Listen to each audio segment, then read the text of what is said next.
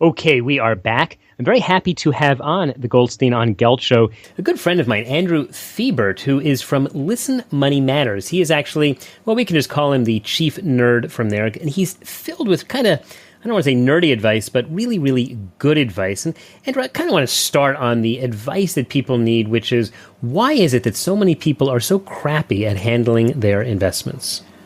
You know, I think that most people are not lucky enough to have parents to show them the ropes. You know, from your personality to just most of the major things in your life you pick up from your parents. And it becomes this thing where if they are bad with money, you will be. And, you know, someone needs to tell you that credit cards are bad. I'm into that, brother. No, I hear what you're saying. You know, my mother actually was a financial advisor. She was there for 17 years at a big Wall Street firm, and she and I were actually partners there. And my grandmother was one of the first women to be licensed as a stockbroker. So I guess I have an unfair advantage because I did sort of grow up on this stuff. You're destined to do this. Destiny struck. No, it's a real issue, but and I guess it is sort of funny that we entrust the raising of the next generation to tons of people who are overwhelmed with credit card and other even worse debt. Which is crazy, and I don't know how they do it in Israel, but in the U.S., they definitely don't teach you about money from first through any grade. You know, it's. I went through college, and there wasn't even like, you're going to get a job, you probably need to know how to do money things. Like, just, it's not a thing. So do you have a philosophy or a theory why they don't tell people? Maybe they don't know how to do it themselves. I don't know. Look at Congress, huh? Case in point. Learn investing from them. Yeah, $20 trillion in debt. Or by the time someone listens to this next year, it'll be twice that. No, it is a little bit scary. I think that parents should have to get a license before having children in order to, pass at least basic financial literacy. Yeah. But that's beyond our scope. So, all right, let's say that you grow up in a house and your parents weren't great money people. Where do you go to learn? You know, there are definitely classes like online, and I know my wife volunteers at this homeless shelter in Hoboken where we live, and on Mondays they have Money Mondays, and someone comes in and teaches them about money.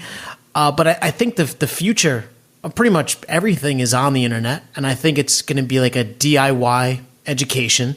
So I learned a lot. I mean, from my parents, but I learned a lot on the internet, and a simple search will bring up like the most amazing websites and like awesome perspectives. I think people should look there. Yeah. For example, websites like Listen Money Matters or Goldstein on Gelt. There you go. Just two that came to mind. So if people want to learn to be DIYers, do-it-yourselfers, does that mean that they shouldn't have advisors? Because I often think that people think there's like this dichotomy, and I'm not sure there is, that you can have both an advisor and also do it yourself. You know, that's an interesting question, because in the beginning, I was staunchly against that. I was like, well, no, like, why are you going to pay someone? Because you just do it yourself. And that was the me in the beginning phase. And I think like, look, you could figure out how to budget. Like, I think like everyone who has, access to technology, like a phone or the internet, can budget. But once you start to go further down the path and get older, things get more complicated. For example, Laura and I, my wife, we own rental properties, and I could do it all myself, but why? Like, I want to entrust a professional who's done this before. We have a business. We want someone to do our taxes, and I've never gotten better returns than when I've had a professional do it. And I consider myself like a pro. I know how to do the TurboTax thing. So I think it's not that you can't do it, but you probably at whatever level have some blind spots, and it's worth having someone show those to you. Mm-hmm. Yeah, I also think it's a good team. There's so many benefits apart from just having someone to bounce ideas off of. So if you're really into it and you want to talk to your advisor and say, hey, I'm thinking about this, that helps. One of the things I often joke about, but it's really quite serious, frankly, is because my day job is that I'm a financial advisor, is I spend a lot of time really as a marriage counselor. Because a lot of the investment ideas they're not all super sophisticated. But most people seem to mess up their finances because they mess up their personal life, or they argue with their spouse, or they just don't share the goals with their spouse. And that's where I feel I really add value when I talk to people, just to kind of help them, get on the same page. And in fact, all the educational stuff, like you said before, even on my own website, I offer a lot of this stuff, to show people what they need to do. But it helps them, I think, to have kind of an outside party just to talk to.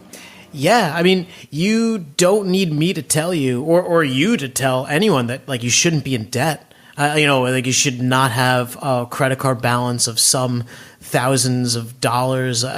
They know that, but it's the unclear path specific to their life where I think the help really comes in handy.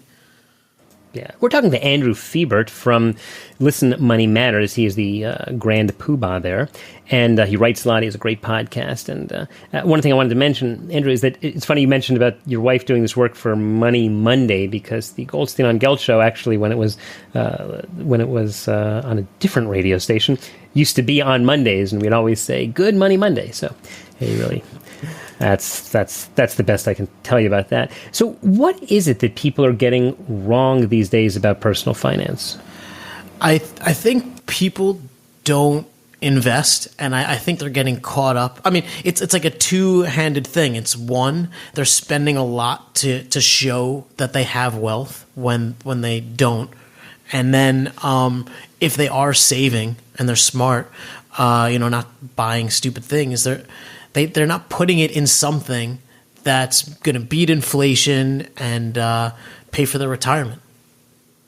All right, so I think you said two things. One is that they don't invest, and two is that they engage in conspicuous consumption, trying to show how wealthy they are.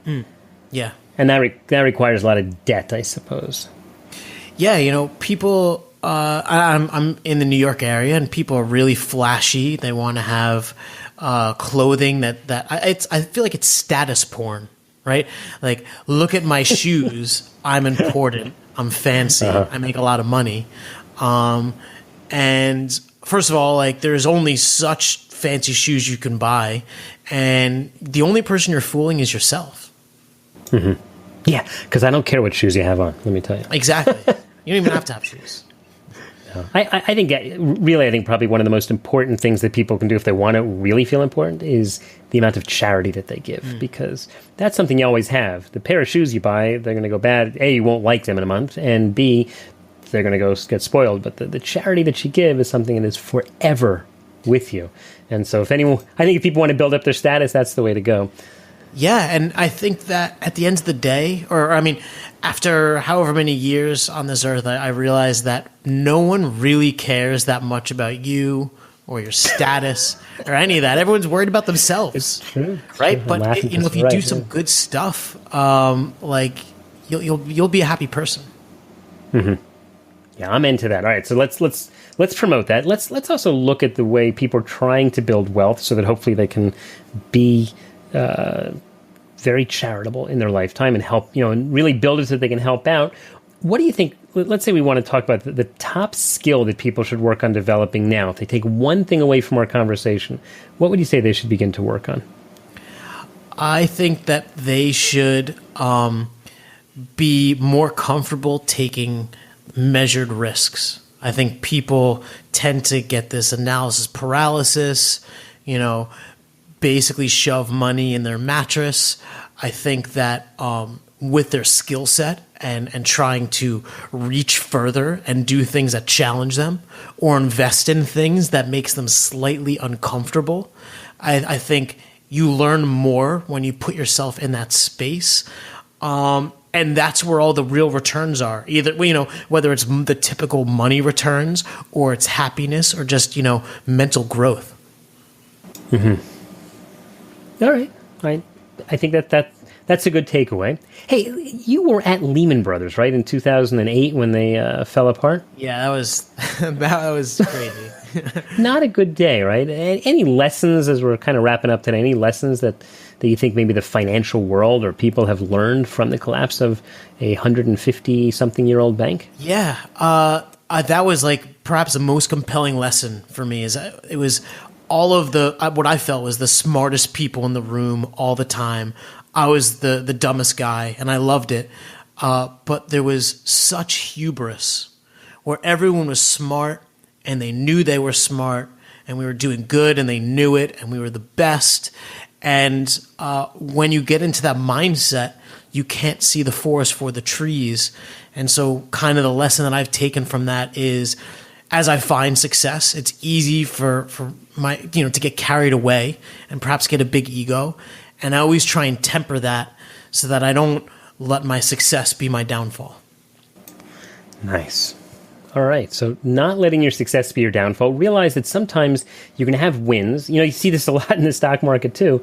In fact, I think this is one of the major issues that people in behavioral, who study behavioral finance point out is when someone buys, let's say, a stock and it goes up, he always goes, "Oh, look how smart I am. I did that," right? But when the stock goes down, it's always, some other reason, or, well, I'm still right, but, it's eventually going to go up, but, maybe I'll sell it just for the tax loss. People are so focused on just being correct that they'll never bother to learn from their mistakes, which I think is probably one of the most important lessons in life, let alone in investing. All right, so we have learned, Andrew, from you from certainly some big mistakes and some very important ideas about how to, really the first step that people have to take in order to build wealth and become better investors. So tell us, I know that you are filled with a lot more information. What is the best way for people to follow you and follow your work? So if you go to listenmoneymatters.com, that's our website, our articles on there, podcast. We have tools that I've built to help you analyze rental properties, measure wealth, and all that good stuff. Or just search us in iTunes. We're one of the top investing podcasts, and you'll get a lot more of my voice. All right. We will put a link to that at the show notes of today's show at goldsteinongelt.com. Andrew Fiebert, thanks so much for your time. Thanks, Doug. You've been listening to the Goldstein on Gelt Show with money maven Doug Goldstein. Doug's weekly radio show is heard around the world, but if you miss it, you can download the podcast at www.goldsteinongelt.com. The Goldstein on Gelt Show gives you up-to-date financial ideas so you can get on the path to financial freedom. If you'd like your questions answered on the air or off, send Doug an email to doug@profile-financial.com. It's your money for your future, so join Doug every week to build your wealth on the Goldstein on Gelt Show.